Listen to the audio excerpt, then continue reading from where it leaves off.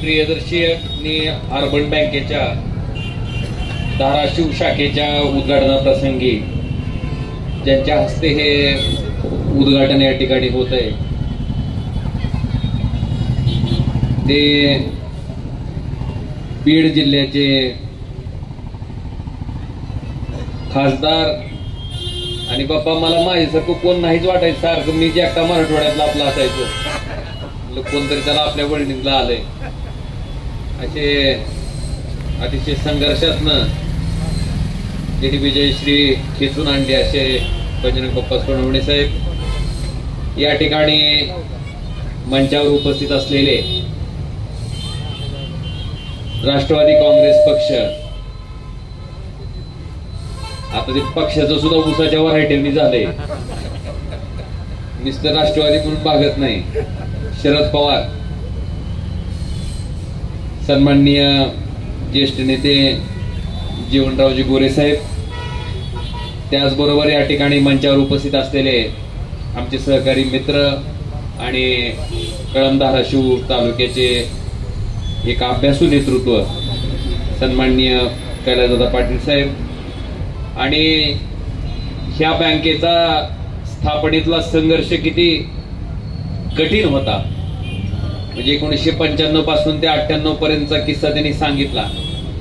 पण एखादी जिद्द घेऊन जेव्हा माणूस त्या ठिकाणी बाहेर पडतो आणि ती पूर्ण करण्याच्या दृष्टीनं प्रयत्नशील राहतो तेव्हा कुठलीही अशक्य गोष्ट त्या ठिकाणी शक्य होऊ शकते, की ज्यांनी करून दाखवलं असे श्रीधर बाबा भवर साहेब, सन्माननीय बाळकृष्णजी भवर साहेब, सन्माननीय शरदजी दाताळ, मधुकर काका बोंदर, सतीशजी मातने, जालिंदर वाघमारे, मारुती देशमुख सर, अशोक बापू शेळके, कुटे बाप्पा, नितीनजी बागल, दायरनजी पाटील, अमृतजी जाधव, तुषारजी वाघमारे सर, शेखर गोडके, नवनाथ तवले, व्यासपीठावरील सर्व उपस्थित आणि व्यासपीठाच्या समोर उपस्थित असलेले या प्रियदर्शिनी परिवारावर प्रेम करणारी सर्व आपतेष्ट मंडळी, बंधूंनो, सगळ्यात महत्वाचं मला वाटतं बँक चालवणं म्हणजे फार कठीण कार्यक्रम. बाबा तुम्ही म्हणता डिपॉझिट घ्या, पण त्यानं दुसऱ्यानं पैसे आपल्याकडे द्यायचे म्हणजे त्याचा ताण आपण घ्यायचा, ती ताण घेऊन पुन्हा आपण चालायचंय पुढे. मी तर खरं अर्थानं बँकेची व्याख्या या चौकटीत करतो. त्या माणसाचे पैसे आपल्याकडे ठेवायचे, त्यानं बिचारा निवांत राहायचं, आपलं महिन्याला काही ती व्याज घ्यायचं, त्यानं त्या पैशाचा ताण पुन्हा बँकेत आल्याच्या नंतर बँक चालवणाऱ्या माणसावर. पण एखादी संस्था जर आपण अतिशय उत्तम पद्धतीनं चांगल्या पद्धतीनं जर चालवली तर निश्चित त्यांनी सांगितलं आता की 8 लाख रुपयाच्या भाग भांडवलापासून आज जवळपास 4 कोटीपेक्षा अधिकचं भाग भांडवल आज स्वतः बँकेचं तयार झालंय. जवळपास 100 कोटीचा ठेवीचा टप्पा सुद्धा ही बँक त्या ठिकाणी ओलांडते. आणि बाबा सगळ्यात महत्वाचं की नगरपालिकेला खरं कुणीच डिरिंग केली नसती. नगरपालिकेला कर्ज द्यायचं म्हणजे काय सोपं कार्यक्रम नाही. राष्ट्रीयकृत बँका सुद्धा डिरिंग करत नाहीत कुठल्या नगरपालिकेला कर्ज द्यायचं असेल तर. पण मला वाटतं ती डिरिंग तुम्ही त्या ठिकाणी केली आणि ज्याच्यामुळं आज कळंब नगरपालिकेचे सुद्धा असंख्य गाळे किंवा उत्पन्नाचं एक साधन त्या ठिकाणी स्थानिक स्वराज्य संस्थेचं आपल्याला निर्माण झालेलं दिसतंय. मला वाटतंय त्याच्यामध्ये तुम्ही केलेली मदत ही वैशिष्ट्यपूर्ण अशी आहे. त्याच्यानंतर आताच आमदार साहेबांनी सांगितलं की विकास महामंडळाच्या माध्यमातून सुद्धा ज्या गव्हर्नमेंट स्पॉन्सर स्कीम असतात, अक्षरशः आम्हाला त्या राष्ट्रीयकृत बँकेला टार्गेट दिल्याच्या नंतर प्रत्येक डीएलबीसीच्या मिटिंगला विचारावं लागतं की तुम्हाला इतकं टार्गेट होतं का तुम्ही दिलं नाही. पण मला वाटतं अशा सुद्धा स्कीम मध्ये तुम्ही सहभाग घेतलाय आणि त्याच्यामध्ये सुद्धा तुमचं एनपीए अगदी नगण्य स्वरूपाचं आहे. मला वाटतंय अशा पद्धतीनं तरुण युवकांना सुद्धा रोजगार करण्यासाठी एक प्रकारची संधी आपण आपल्या बँकेच्या माध्यमातून कर्ज देऊन त्या ठिकाणी त्यांना उपलब्ध करून दिली. म्हणजे आजवरचा जो आपला प्रवास आहे तो अतिशय वाखाणण्याजोगा आहे. अतिशय काटकसरीनं चांगल्या पद्धतीनं नियोजनबद्ध बँक आहे म्हणून एक कुणाची तरी संस्था आहे म्हणून चालवण्यापेक्षा अगदी स्वतःचा प्रपंच आहे ह्या पद्धतीनं आपण ह्या बँकेचं इवलंसं जे रोपटं लावलं होतं त्याचं आज वटवृक्षात रूपांतर करायचं काम आपण आपल्या माध्यमातून अथक परिश्रम घेऊन त्या ठिकाणी केलंय. आज धाराशिव शाखेचं उद्घाटन होत असताना सुद्धा अतिशय चांगल्या पद्धतीची शाखा या ठिकाणी आपण धाराशिवकरांच्या सेवेत देत आहे. त्याच्याबद्दल मी सुद्धा आपलं मनापासून या ठिकाणी हार्दिक अभिनंदन करतो. आणि निश्चित जिथं जिथं म्हणून कधी आपल्याला आपल्या बँकेच्या बाबतीत, कारण आम्ही जितक्या अधिकारानं तुम्हाला म्हणजे आमदार साहेबांनी सांगितलं की अण्णाभाऊ त्या ठिकाणी अण्णासाहेब पाटील विकास महामंडळाचं कर्ज जर त्या ठिकाणी कुठली राष्ट्रीयकृत बँक देत नसेल तर आम्ही अगदी अधिकारानं सांगतो की तुम्ही पवारबाबांच्या बँकेत जावा, निश्चितपणे तुम्हाला त्या ठिकाणी कर्ज वाटप होईल. त्यामुळे आमची अधिकची जबाबदारी आहे की तुमच्याकडे सुद्धा आता सुद्धा जिल्हा नियोजन समितीची बैठक झाली, तिथं सुद्धा आम्ही सांगितलं की शेतकऱ्याला ज्या बँका कर्ज वाटप करत नाहीत त्यांच्याकडे सरकारचे आलेले पैसे ठेवायचं काय कारण आहे.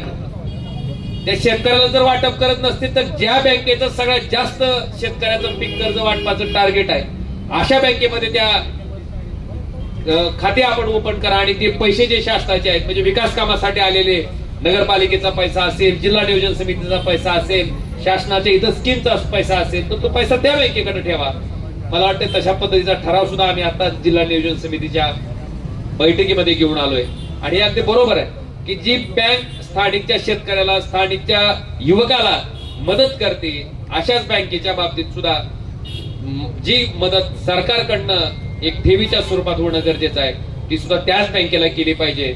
नाहीतर बँका ठरलेल्या असतात, टार्गेट येतंय खरीपाचं, वाटपाची परिस्थिती जर बघितली तर 24% वाटप, 35% वाटप, अशा पद्धतीनं बँकेचं मार्गक्रमण चाललेलं असतं. पण मला अतिशय अभिमानानं सांगावं वाटतंय की बाबा मी आणि कैलास दादा आमदार झाले, मी खासदार झालो, आम्ही दोघांनीही अगदी ब्लॉक लेवलला मिटिंग घेऊन ज्या पीक कर्जाचं टार्गेट फक्त 24%, 23% असायचं ते कर्ज वाटप आम्ही 2024 पर्यंत 80% न्यायचं काम सुद्धा या धाराशिव जिल्ह्यामध्ये त्या ठिकाणी परिश्रम करून दाखवलंय. कदाचित बाप्पा माझ्या विरोधात राजकारण करणाऱ्या माणसाला माहित नव्हतं की बाबा काय काम आहे. ह्यांना वाटायचं नुसतं जी फोनवरच आहे काय की फोनवरच भागलं काय की नुसतं फोन उचलून लोक मत टाकत नसते, त्या फोननं काम झाल्यावर लोक मत टाकत असते. मला वाटतंय हे सुद्धा तितकंच महत्वाचं आहे. त्याच्यामुळं असंख्य शेतकऱ्याला, कारण शेतकऱ्याच्या वेदना आम्ही बघितल्या, राष्ट्रीयकृत बँकेनं जर त्याला नाही कर्ज दिलं तर सावकारच्या दारात त्याला गेल्याशिवाय पर्याय नसते. आणि सावकाराचं कर्ज कशा स्वरूपाचं असतं मला वाटतं आपल्या सगळ्याला त्या ठिकाणी माहिती आहे. त्यामुळं बँकेच्या माध्यमातून कमी व्याजदराचं कर्ज जास्तीत जास्त प्रमाणात शेतकऱ्याला कसं वाटप होईल याच्यासाठी सुद्धा आम्ही सगळ्यांनी अतिशय प्रामाणिक पद्धतीनं प्रयत्न करून तो आलेख सुद्धा खरं कामाच्या बाबतीत सांगतानाही सांगायचं राहून जात आहे. पण बाबा मला वाटतं 80% कर्जाचं वाटप झालं जर आपण कोटी म्हणजे आकडेवारी जर काढलं तर कितीतरी अधिक कोटीचं कर्ज त्यावेळेस त्या ठिकाणी शेतकऱ्याला त्या ठिकाणी मिळालं. आणि जी शेतकरी सावकाराच्या दारात जाऊन त्या ठिकाणी व्याजाच्या गर्तेत अडकायचा त्याचं सुद्धा प्रमाण त्या ठिकाणी मोठ्या प्रमाणात कमी आलंय. आज या बँकेच्या उद्घाटनाच्या निमित्तानं सुद्धा सांगतो की 1 हेक्टर ऊस जर असेल तर राष्ट्रीयकृत बँकेनं त्या ऊसासाठी किती फायनान्स करायला पाहिजे, म्हणजे किती कर्ज द्यायला पाहिजे ही सुद्धा स्केल ऑफ फायनान्स ठरलाय. पण शेतकऱ्याला माहितीच नसते. म्हणजे सोयाबीनसाठी 50,000 रुपये हेक्टरी जर असेल तर मॅनेजर 25,000 हेक्टरी सुद्धा द्यायची तयारी नसते. ऊसासाठी 1 लाख, 1.25 लाख रुपये हेक्टरी असेल तर मॅनेजरची 50,000 रुपये सुद्धा द्यायची तयारी नसते. तर आम्ही आज जिल्हा नियोजन समितीच्या बैठकीमध्ये सुद्धा त्यांना सूचना केली की स्केल ऑफ फायनान्स सुद्धा प्रत्येक बँकेच्या शाखेवर त्या ठिकाणी तुम्ही मोठं बॅनर करून त्या ठिकाणी लावा, जेणेकरून शेतकऱ्याच्या लक्षात येईल की माझा 1 हेक्टर जर ऊस असेल तर मला जास्तीत जास्त किती कर्ज त्या ठिकाणी बँक देऊ शकते. मला वाटतं ह्या पद्धतीच्या सूचना सुद्धा आज त्या ठिकाणी आम्ही आमच्या माध्यमातून दिल्यात. सांगायचा मुद्दा आणि तात्पर्य इतकंच आहे की लोकप्रतिनिधी जेव्हा सामान्य माणसात राहतो तेव्हा सामान्य माणसाच्या अडचणी त्याला समजायला सुरुवात होते आणि मग त्याची उकल कुठल्या दृष्टीनं होईल, त्याची सोडवणूक कशा पद्धतीनं होईल ह्याच्यासाठी तो लोकप्रतिनिधी तितक्याच ताकदीने त्या ठिकाणी प्रयत्न करू शकत असतो. आज अतिशय प्रामाणिकपणे सांगतो की सामान्य लोकांच्या व्यथा अडचणी समजल्याच्या नंतर त्याची सोडवणूक करण्यासाठी जेव्हा आपण प्रामाणिक प्रयत्न करतो तेव्हा सामान्य माणूस सुद्धा आपली साथ दिल्याशिवाय राहत नाही. या धाराशिव लोकसभा मतदारसंघानं तर मला वाटतं निश्चितपणे त्या ठिकाणी दाखवून दिलंय. आणि खऱ्या अर्थानं बदलत्या राजकारणाचं हे द्योतक काय म्हणलं तर त्या ठिकाणी काही वावगं ठरणार नाही की नुसते आर्थिक पैसे असणाऱ्या लोकांचीच मक्तेदारी न राहता सामान्य कार्यकर्ता सुद्धा लोकांची कामं करून लोकांच्या ताकदीवर त्या ठिकाणी निवडून येऊ शकतो.